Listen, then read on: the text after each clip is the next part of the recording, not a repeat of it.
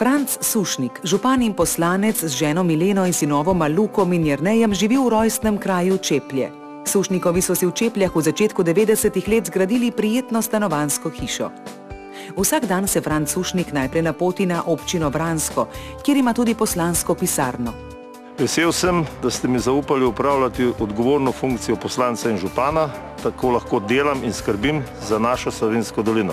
V času njegovega vodenja krajevne skupnosti Vransko, občine Vransko in še posebej v zadnjih 8 letih njegovega poslanskega mandata, se je Savinjska dolina, na katero je zelo navezan in ponosen, zelo hitro razvijala. Poslanec in župan Franc Sušnik je ponosen na skupne projekte Celjske regije in Savinjske doline, kot so Center za ravnanje z odpadki, Cero 1 in Cero 2, regionalno razvojno središče s Tehnopolisom, glasbena šola v Žalcu, izgradnja kanalizacijskega omrežja, oskrba z vodo in prenova cestnega omrežja.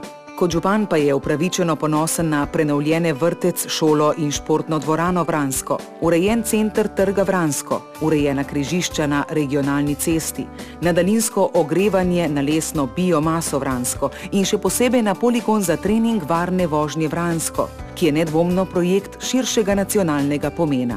Savinjčani smo pridni, preudarni in gospodarni ljudje. Verjamemo v svojo sposobnost in v prihodnost. Vemo, da smo na pravi poti. Slovenska demokratska stranka. Slovenija na pravi poti.